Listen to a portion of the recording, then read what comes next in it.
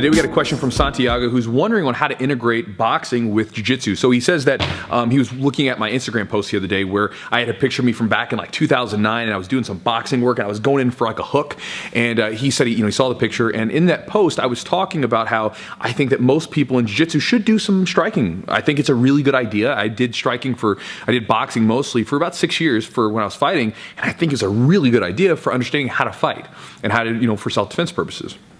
And his question is, well, how do you combine all that together and have some tips on it? And he says his biggest, his drawbacks or whatever is time and concussions. So he doesn't have a whole lot of time to train and he doesn't want to get a concussion. So Santiago, thanks for the question, dude. As far as time, that's going to be up to you, man.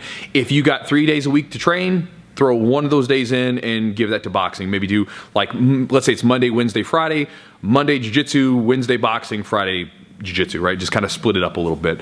Back when I was fighting, I used to do boxing about 3 days a week. I would typically come in at least 3 days a week. And a lot of times on those off days, I would still do it as a warm-up.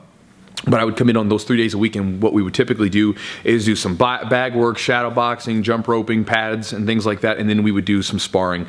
And now way back in the day, we used to just beat the snot out of each other, which is not ideal.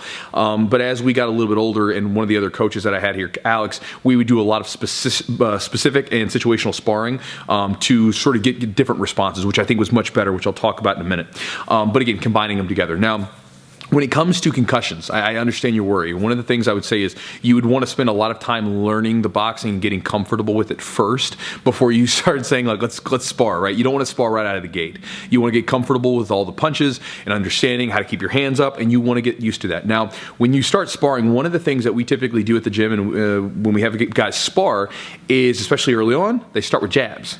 Right? So for instance, a jab, pop, right there. So instead of like having, jab crosses, hooks, uppercuts, and everything coming at him, we'll start the guy off with just boom. You've got that one hand. So the only thing he's got to worry, boom, is that one right there. This one hand coming at him. That's helpful because now the person can, work on defense and can have this one stimulus, right, coming at him. And then we'll throw in the cross, throw in the two. So now he's got a 1-2 coming at him. Now everything's coming straight. And then we'll sort of slowly integrate certain things. And then we might start off with saying, okay, we're going to take away the straight punches, and now your opponent can only do hooks, right? So they can come out to the sides, but they're not going to throw anything straight. So now it's going to come out here, so you can be ready to block or slip or whatever it might be. And so what you do is you add those in there, and then slowly you can throw it all together. This is not unlike the way that I teach new students in jiu-jitsu. Like when new guys come into the gym, if they're brand new, and let's say we worked on doing a little guard work, right? So we were doing maybe some sweeps or submissions from guard.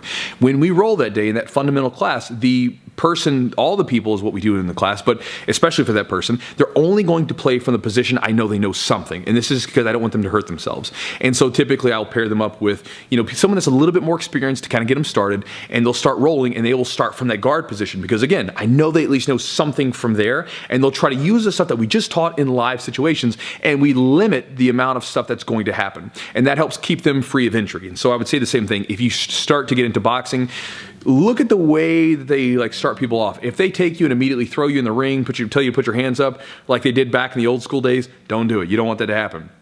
Instead, what you would like to happen is you would like to be able to get in there, work on the bag, work on the pads, do all the different stuff, understand and learn the technique of boxing, and then slowly get integrated into the sparring through various drills and things like that will slowly sort of work you into it. That'll lessen the chance that you're going to get hurt. And again, if you get some good partners, you can spar really well without getting each other knocked out or anything like that. I have one of my buddies, Randy.